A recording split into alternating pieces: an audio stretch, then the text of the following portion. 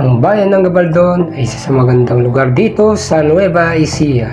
At dito sa bayan ng Gabaldon ay ang karaniwang trabaho ng mga tao ay sa bukid.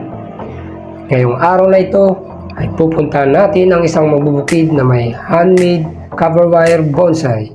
Ito ang kanyang libangan kapag walang trabaho sa bukid.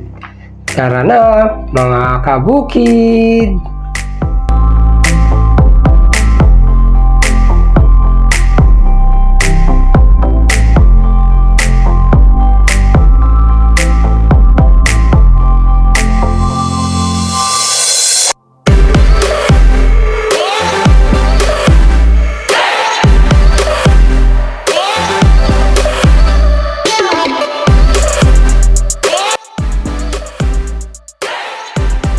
Kailan nakahiligan gumawa ng copper wire bonsai?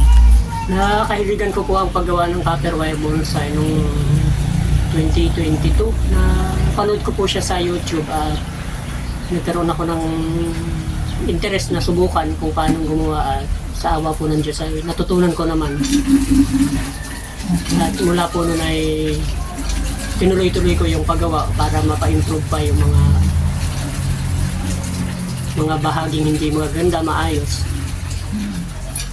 So ikaw lang po yung mag-isang gumagawa? Bali, pag may pagkakataon ko, halimbawa walang pasok yung anak kong panganay, tumutulong siya na magpaikot ng mga copper wire para gawin pong dahon. So kailan po kayo nagsimula na magbenta? Siguro po after, a month after na magsimula akong maggawa-gawa, 2022, parang April po yun. Merong nagpunta dito na kaibigan ng misis ko, nakita niya at bumili siya ng isa. Yun, yung unang-unang benta ko 500 pesos. At lalo ako nagka-interest kasi pwede palang pagkakitaan. So maganda siyang extra income. Opo, napakainam niya maging extra income. So ano po yung mga naging challenges nung naranasan mo sa paggawa ng copper wire bonsai? Una po, siyempre, yung sa sariling gawa mo, madi-disappoint ka pag hindi makikita mo, titingnan mo, hindi ganun kaayos. Tapos makakakita ka lalo nung nag-follow ako ng mga page tungkol sa copper wire bonsai.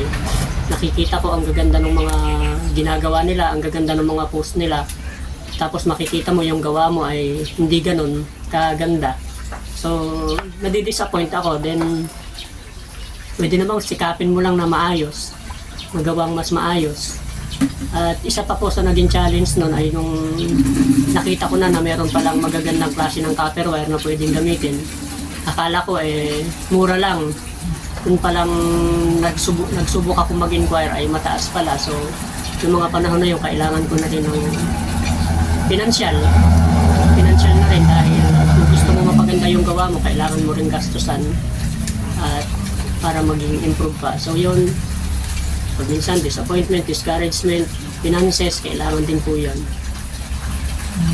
So malaki ba yung naitulong sa'yo ng paggawa ng copper wire bonsai? Sa amin po, sa usapang naitulong, napakalaki po dahil may mga pagkakataon na pag minsan hindi naman laging ginhawa, dumadating sa pagkakataon na medyo gipit at sa hindi inaasahang pagkakataon may magpa-purchase ng ilan sa mga gawa. Gaya halimbawa ngayon, so may nag-purchase po ng 3. So matutugunan na yung pangangailangan ng anak kong pangbaon nila for the whole week.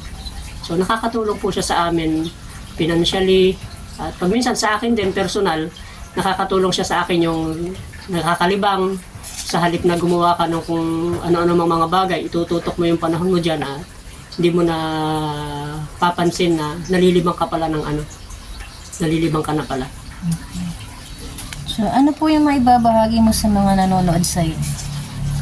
Pag minsan po kasi sabi ng mga nakakakita, ang tiyaga mong ginagawa yan, napakahirap gawin. So hindi ka ba naiinip? May mga pagkakataon silang ganun at sinasabi rin nila na pag ako yung gagawa niyan, hindi ko yan kaya.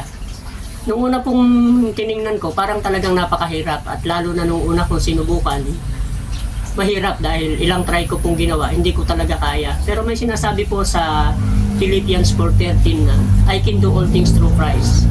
sa pamamagitan po ng ating pagtitiwala, una sa Panginoon at sa ating sarili, wala pong bagay tayong hindi magagawa. Pagsikapan po natin na yung mga bagay lalo na't gusto nating gawin, so pilitin natin na kayanin natin kasi wala namang mahirap sa taong gustong gawin. Walang mahirap pag gusto nating sikapin, pag gusto nating maabot yung isang bagay o magawa yung isang bagay.